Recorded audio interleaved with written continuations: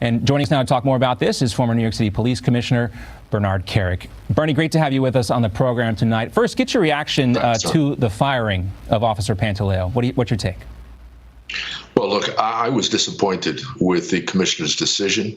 I don't usually like to criticize the commissioners that have been before me or after me. But I would completely disagree with the decision. I think that it's a political decision. I think it's something the mayor wanted, and I think it's something the police commissioner followed. A couple of things that Commissioner O'Neill said that was disturbing, one of which, if I was a cop, he says, if I was a cop, I'd be really mad about my decision.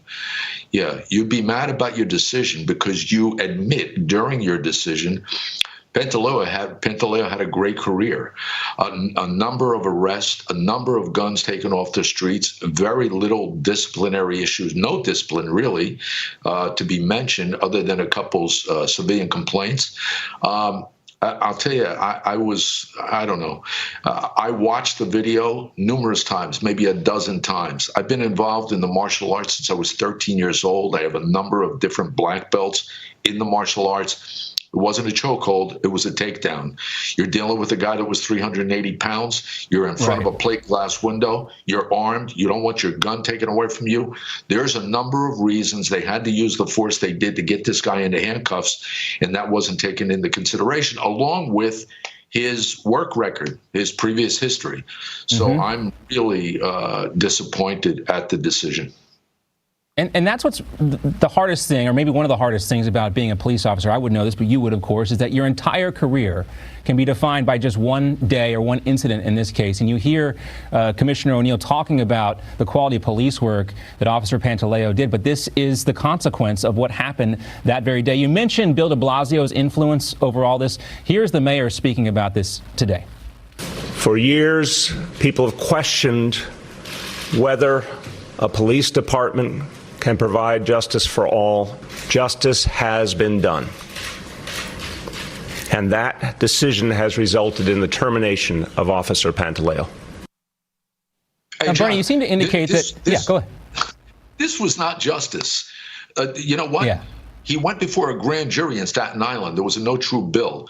The United States Department of Justice Civil Rights Division looked at the case and did not prosecute, did not move forward on charges. There was no charges brought, no criminal state charges or federal charges.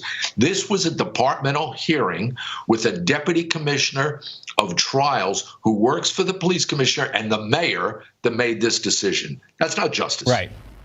Right. And you point out something very important here. A lot of times, as you know, when something like this happens, an external agency will come in to conduct its own investigation. In this case, the Justice Department, just like with the Ferguson killing, the Justice Department under President Obama found no civil rights violations. And that's what this whole thing turned into, right? It became a discussion about civil rights. And we know there were no violations of Eric Garner's civil rights, and that is often lost in this discussion. I also want to point to something that Eric Garner's daughter said today. She thanked Commissioner O'Neill for firing Pantaleo, but she says more needs to be done. Take a listen. We are definitely still calling for the Eric Garner law, which will ban the chokehold, which will ban officers being protected by a shield and not held accountable. With Chinese food and water almost on a daily basis, Bernie, it doesn't seem like there are a lot of cops on the street who have confidence in their police commissioner. Does there really need to be a new law, considering that Pantaleo was held accountable for his actions, Eric Garner law? You know what, John, there's a couple different issues here. The decision today sends a message to every New York City cop. You're not going to be supported and you're not going to be indemnified by the police department and by the mayor if you have a difficult circumstance with an arrest. That's the message I get. If I was a cop, guess what? I'm not putting my hands on nobody. Call emergency service. Call a supervisor, don't make an arrest until everybody else gets there, and who knows what's going to happen in that time. That's what's going to happen. It's diminishing the aggressive policing or proactive, preemptive policing in the city, and I think consequences will be had. Yeah, everything that you did, everything that Mayor Giuliani did to turn New York's reputation around, seems to be being turned on its head right now. You just watched Newsmax TV, America's fastest growing news channel. Newsmax TV is now available for free on your smartphone. Just go to your iPhone or Android store and download the free Newsmax TV app. Then you can watch free TV news with an American spin anytime, anywhere in the world. Newsmax TV, real news for real people.